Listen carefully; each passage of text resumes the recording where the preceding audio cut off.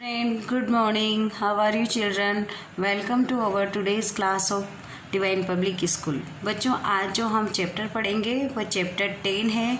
उसका नाम है मारीच वध और ये किसने लिखा है? तुलसीदास ने। ये प्रसंग तुलसीदास की रचना रामचरितमानस के अरण्यकांड से लिया गया है। ये जो हम पढ़ेंगे रामचरितमानस, ये कौन से कांड से लिए? अरण्य कांड से लिया गया है। वन में सीता जी एक सुंदर मृग को देखकर श्री राम से उसकी छाल लाने का आग्रह करती हैं। जो हम अभी दोहे पढ़ेंगे, इन दोहे में क्या है कि जो श्री राम है उनसे माता सीता आग्रह करती है किसकी छाल लाने के लिए? सुंदर मृग यानी कि हिरण की छाल लाने के लिए श्री राम से आग्रह करती हैं। और ये इसमें तुलसीदास जी बताते हैं कि किस तरीके से श्री राम से सीता जी कहती हैं और श्री राम किस तरीके से उस हिरण को मारने के लिए या छाल लेने के लिए जाते हैं। तो बच्चों, ये प्रसंग है जो तुलसीदास जी की रचना है। ये रामचरितमानस से लिया है और रामचरितमानस में भी अरण्य कांड से लिया गया है। तो आप इसको पढ़िए। तेहि वन निकट दसानन गऊ, तब मारीच कपट मृग भऊ, अति विचित्र कछु बरने न जाई, कनक देई मणि रचित बनाई। इसमें बताया गया है कि यह जो वन है इसमें राक्षस रावण जो दशानंद है वह आ पहुंचा है। किसके लिए आ पहुंचा है? सीता हरण के लिए आ पहुंचा है। तब वह मामा मारीच कौन था? उसका मामा था और वो भी एक राक्षस था जो कोई भी रूप ले सकता था। तो मामा मारीच कपट मृग भऊ, और उन्होंने मामा मारीच को एक मृग रूप धारण करने के लिए कहा। तो मामा मारीच ने मृग जो हिरण है उसका रूप धारण किया। किसने? मामा मारीच ने, कपटी ने एक मृग का रूप धारण किया। अति विचित्र कछु बरनी न जाई, कनक देह मणि रचित बनाई। और इतना सुंदर रूप धारण किया कि कुछ उसके लिए कहा नहीं जा सकता, उसका वर्णन करना भी मुश्किल है। उसकी जो देह थी, उस देह यानी उसका शरीर कनक के समान यानी सोने के समान चमक रहा था जैसे, और उसमें ऐसा लग रहा था जैसे माणिक लगे हों।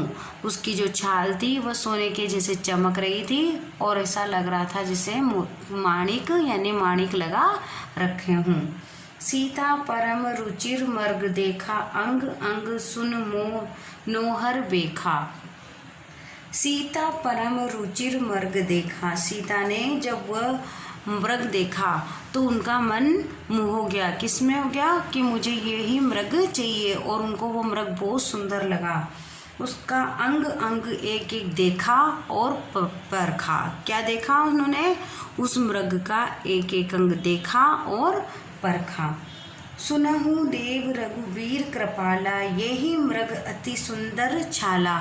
और वो कहती हैं कि हे रघुवीर कृपालु, मुझे ये जो सुंदर मृग है इसकी सुंदर छाल चाहिए। क्या कहते हैं सीता जी श्री राम से? हे रघुवीर कृपालु। रघुवीर कृपालु किसको संबोधित कर रहा है?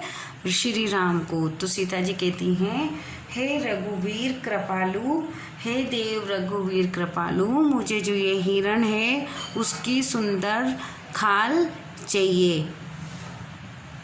सत्य संग प्रभु बगहि कर येहि, आनहु चर्म कहत ही वेदहि। अब आप जो आगे का दोहा है उसे देखिए बच्चों। सत्य संग प्रभु बधि कर येहि, आनहु चर्म कहत ही वेदहि। तब रघुपति जानत सब कारण, उठे हर्षि सुर काज सवारन। सत्यवद उनसे कहते हैं हे सत्य प्रिय प्रभु। कौन कहती हैं? सीता जी कहती हैं हे सत्य प्रिय प्रभु, मुझे ये जो मृग है इसकी चर्म, आनहु चर्म, इसकी चर्म यानी कि इसकी जो छाल है वो मुझे चाहिए, और आप इसका वध करके, क्या कहती हैं वो?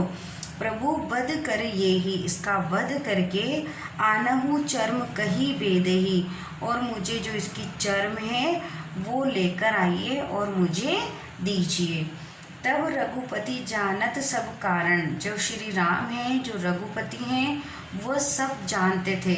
वह इस सुंदर मृग का सारा कारण जानते थे, क्योंकि वो तो श्री राम थे, भगवान थे, वो सब कुछ जानते थे। परंतु फिर भी उठे हर्षी सुर काज सवारन, परंतु फिर भी माता सीता के कहने पर उनका काम करने के लिए वह हर्षपूर्ण उठे। प्रभु लक्ष्मण नहीं कहा समुझाई, फिरत बिन निसीचर बहु भाई। फिर प्रभु ने लक्ष्मण, उनका जो उनके छोटे भाई थे, लक्ष्मण को कहा और समझाया। प्रभु लक्ष्मण नहीं कहा समुझाई, उन्होंने लक्ष्मण को कहा और समझाया। फिरत विपिन निसीचर बहु भाई, निसीचर यानी राक्षस, कि यहाँ पर इस वन में कई प्रकार के राक्षस घूमते फिरते हैं, तुम ध्यान रखना। क्या समझाया उन्होंने कि यहाँ पर बहुत तरह के राक्षस घूमते हैं, तुम ध्यान रखना। बच्चों, हम दोबारा से एक बार इस पाठ का दोहरान कर रहे हैं। आप दोबारा से इन दोहों को समझिए। इसी वीडियो में मैं दोबारा रिपीट कर रही हूँ, आगे मैं इसका शब्दार्थ और क्वेश्चन आंसर कराऊंगी। तो आप दोबारा से अपनी बुक ओपन करें, पाठ 10 पेज नंबर 75। इसमें हम जो पढ़ रहे थे अभी वह मारीच वध है। मारीच वध यानी जो हिरण है उसका वध का प्रसंग है। ये तुलसीदास जी ने लिखा है। रामचरितमानस के अरण्य कांड से ये दोहे लिए गए हैं। इसमें वन में जो सीता जी हैं वह सुंदर मृग को देखती हैं। मृग यानी हिरण सुंदर मृग को देखती है और श्री राम से आग्रह करती हैं कि इसका वध करके इसकी छाल मुझे लाकर दीजिए। तो तेहि बन निकट दसानन गऊ, तब मारीच कपट मृग भऊ।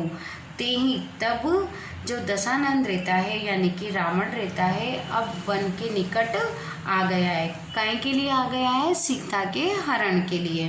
तब मारीच कपट मृग भऊ, और वह मामा मारीच से सुंदर मृग का रूप धारण करने के लिए कहता है। कौन कहता है? दशानन। दशानन यानी रावण। अति विचित्र कछु बरनी न जाई, कनक देह मणि रचित बनाई। और उस कपटी मृग ने, जो मामा मारीच हैं रावण के, उस मृग ने इतना सुंदर रूप बनाया कि उसका वर्णन भी नहीं किया जा सकता। उसने अपनी देह को कनक यानी सोने के समान सुंदर बनाया और ऐसा लगा जैसे यह मणियों से रचित है या मणियों से बनाया गया है। सीता परम रुचि मृग देखा, अंग अंग सुम नोहर देखा। और जब सीता ने इस सुंदर मृग को देखा और वो मृग रूप धारण करके किसके सामने आए? सीता के सामने आए। और जैसे ही सीता की निगाह उस मृग पे पड़ती है तो सीता क्या होती है? उस मृग को देखकर एकदम से मोहित होती है और बहुत सुंदर लगता है उन्हें वो मृग। और वह उस मृग को देखकर, उनको उसकी जो छाल देखकर, उसको देखकर आग्रह करती है कि मुझे ये छाल चाहिए, क्योंकि वो इतना सुंदर मृग था। उसकी जो छाल थी वह सोने के समान चमक रही थी और ऐसा लग रहा था जैसे उसमें माणिक लग रहे हों। तो सीता ने उस मृग को देखा और उसके एक एक अंग को देखा और परखा। सुनहु देव रघुबीर कृपाला, यही मृग कर अति सुंदर छाला। और वो कहती हैं कि हे रघुवीर, हे कृपा दयालु रघुवीर, अपने पति को संबोधित, श्री राम को संबोधित करते हुए कहती है, हे कृपा दयालु रघुवीर, मुझे जो ये मृग है इसकी सुंदर छाला चाहिए, यानी कि सुंदर छाल चाहिए। सत्यसंध प्रभु बदी कर ये ही, आनहु चर्म कहती वेद ही। इस वाले दोहे में सीता जी भगवान से कहती हैं कि सत्यसंध प्रभु बदी कर ये ही, आनहु चर्म कहती वेद ही। वेद ही किसे कहा गया है? सीता को कहा गया है। और वो कहती हैं कि हे सत्य प्रिय प्रभु, मुझे जो ये मृग है उसे बंदी करके या इसको मारकर इसकी चर्म यानी कि इसकी छाल मुझे लाकर दीजिए। क्या कहती है सीता जी? सत्यसंध प्रभु बधि कर ये ही, आनहु चर्म कहती वेद ही। वैदेही यानी सीता।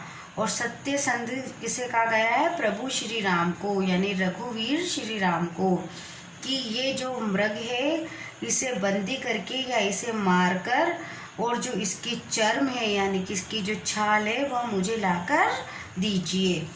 तब रघुपति जानत सब कारण, उठे हर्षि सुर काज सवारन।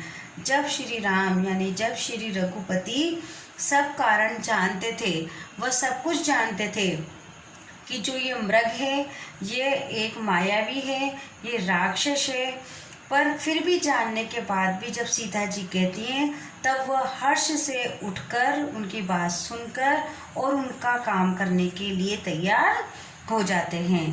तब रघुपति जानत सब कारण, फूटे हर्षि सुर काज सवारन।